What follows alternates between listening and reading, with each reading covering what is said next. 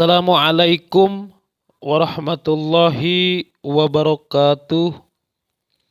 Bismillah, alhamdulillah, wassalatu wassalamu ala rasulillah Muhammad ibn Abdillah.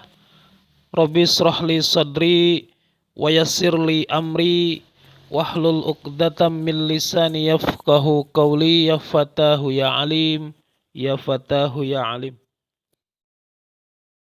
7 amalan yang pahalanya akan terus mengalir walau sudah meninggal dunia. Salah satu nikmat Allah yang besar atas hamba-hambanya yang beriman adalah bahwa Allah telah mempersiapkan bagi mereka banyak pintu kebaikan yang dapat dilakukan oleh hamba dalam hidup ini dan pahalanya akan terus mengalir kepadanya setelah kematian menjemputnya.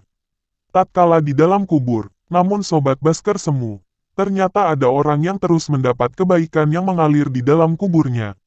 Pahala dan keutamaan senantiasa terus datang silih berganti.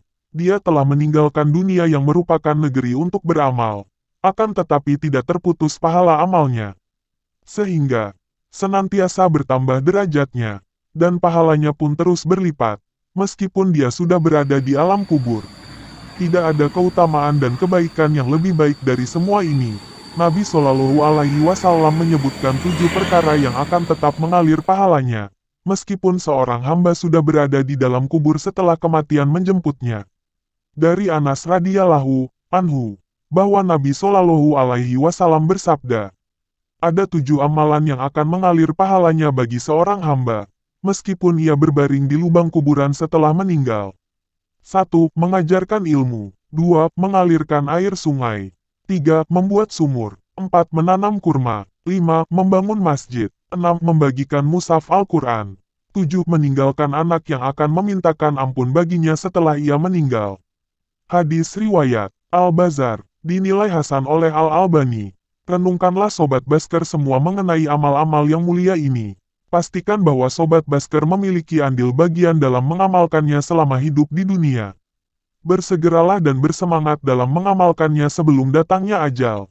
Berikut adalah beberapa penjelasan mengenai 7 amalan tersebut. Yang pertama, mengajarkan ilmu. Yang dimaksud mengajarkan ilmu di sini adalah ilmu yang bermanfaat, yaitu ilmu yang menjelaskan kepada manusia tentang agamanya, mengenal Rabb-nya, dan sekaligus sesembahannya. Ilmu yang memberi petunjuk kepada jalan yang lurus. Ilmu yang bisa membedakan antara jalan petunjuk dan kesesatan, kebenaran dan kebatilan, serta perkara halal dan haram. Contohnya, para guru agama, para ulama, para ustadz, para ustadah, yang senantiasa mengajarkan ilmu pada kita. Dengan demikian, jelaslah keagungan dan keutamaan para ulama yang terus memberi nasihat dan berdakwah dengan ikhlas, yang hakikat mereka adalah pelita bagi para hamba, mercusuar yang menerangi suatu negeri, kekuatan yang menopang umat, dan sumber dari segala hikmah. Hidup mereka sangatlah berharga, dan kematian mereka adalah musibah. Mereka mengajari orang-orang bodoh, mengingatkan orang-orang yang lalai, dan memberi petunjuk kepada orang-orang yang sesat.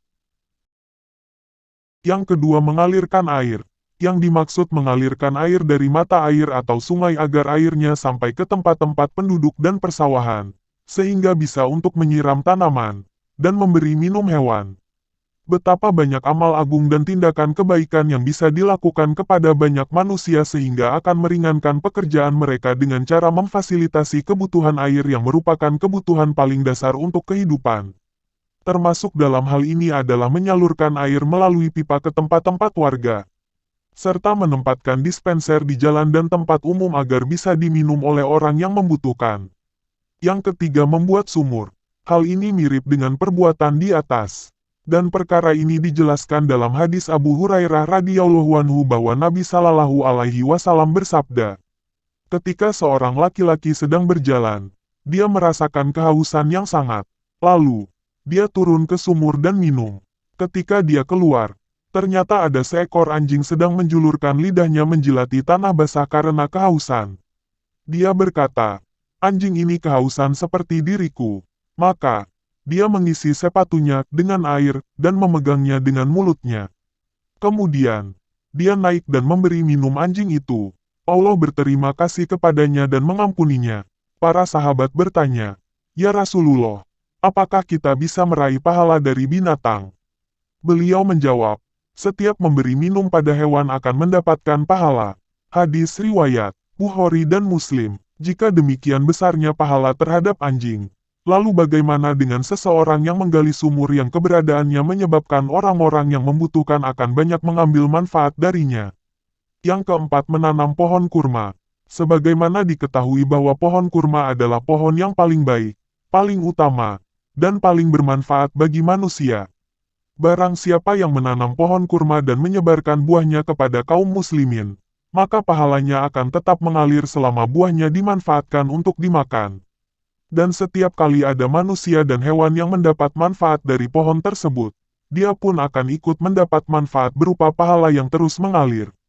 Hal ini berlaku untuk seluruh jenis tanaman yang apabila ditanam, maka akan memberikan banyak manfaat bagi manusia. Disebutkan pohon kurma secara khusus di sini karena adanya keutamaan dan keistimewaan tersendiri pada pohon kurma. Yang kelima, membangun masjid. Orang yang Allah Subhanahu wa Ta'ala izinkan namanya untuk ditinggikan dan disebutkan secara khusus adalah orang yang membangun masjid. Apabila masjid sudah dibangun, dan salat didirikan di dalamnya, Al-Quran dibacakan di dalamnya, dibacakan zikrullah di dalamnya, ilmu tersebar di dalamnya, kaum muslimin berkumpul di dalamnya untuk kepentingan besar lainnya, maka bagi orang yang membangunnya akan mendapat seluruh pahala tersebut. Dari Utsman bin Affan radhiyallahu anhu, dia berkata bahwa aku mendengar Nabi Shallallahu alaihi wasallam bersabda, barang siapa membangun masjid dalam rangka mencari keridaan Allah, maka Allah akan membangun untuk dia yang semisal itu di surga. Haj riwayat Bukhari dan Muslim. Yang keenam, membagikan mushaf Al-Quran, yaitu dengan mencetak Al-Quran atau membelinya dan menghadiahkannya di masjid-masjid dan tempat-tempat majelis ilmu agar umat Islam dapat mengambil manfaat darinya.